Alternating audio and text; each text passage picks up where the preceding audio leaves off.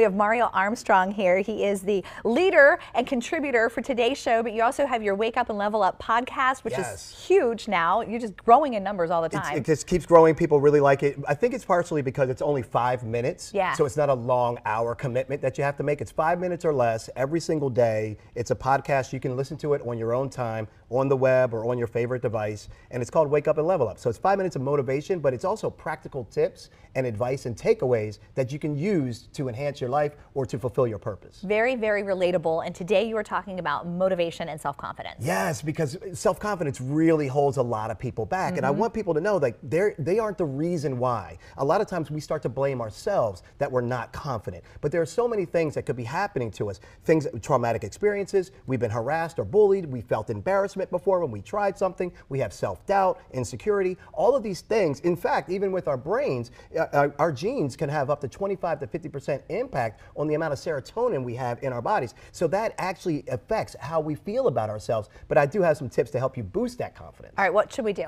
I think the first thing is recognizing what your strengths and achievements are. And I think you take out 2 sheets of paper, or you take out 1 paper and you have 2 columns. And on one side, you write down all of your strengths, every single thing. And on the other side, you write down all of your achievements. Most of the time, you may not be as objective because you're already dealing with low confidence. So have a friend or a partner with you say, no, you really are a genuine person, or you really do have a lot of integrity. That game you won is a significant achievement. So no achievement is too small and no achievement is too large to put on this list. So it's like a pro-pro list, not a pro-con list. That's right. It's a pro. I like that. I'm going to use that. It's a pro list, because what you want to do is take a reflection of yourself, and now you're self-aware. Wow, I have done these things. Wow, I have accomplished this. I am good at this stuff. And that really starts to make you understand what your capabilities really are. How we talk to ourselves really plays a role. It is. This is point number 2 that's on there as well. This is, I like to replace the word failed with learned. So anytime you say the word fail, say learn, or failing, learning. So because failing is a learning experience. It's a learning experience. You never lose when you try. So when you try, you will always win or learn, but you never lose. You only lose when you don't try.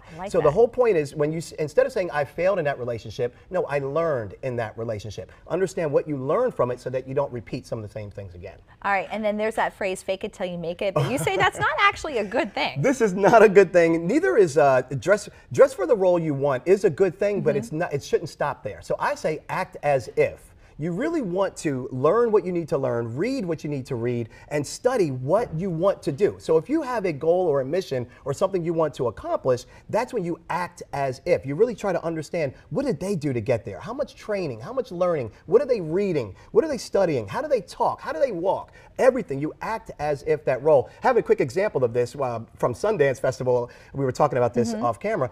Charles King, he is a mogul that started in the mailroom. There he is. He's a mogul, went to Vanderbilt, started in the mailroom at WME, which is a big talent agency. For 20 years he was there, became a partner there, left on his own a couple of years ago with a vision to create films that would really be diverse. So he came out with Mudbound, he came out with Fences, he came out with Sorry to Not Bother You, big hits. And he does the act as if theory, and it's just proof that if you do study and teach and learn the things that you want to be, you can actually attract that to you. No substitute for hard work. In 20 seconds or less, tell me about getting rid of negative people in your life. Oh, dream killers. Okay, this is the hardest part, because you can spot dream killers that are negative outside of your family, but if they're in your family, it becomes tough. So just ask them, do you love me? They'll say yes. When they do, say, I don't need you to understand what I'm doing, but I need you to support what I'm doing. That's the difference. And I think that will help you identify the dream killers, remove them, but also you can't just run from mom and dad or family members that are kind of making you feel bad about an idea that you're trying to pursue. Let them know what they say hurts,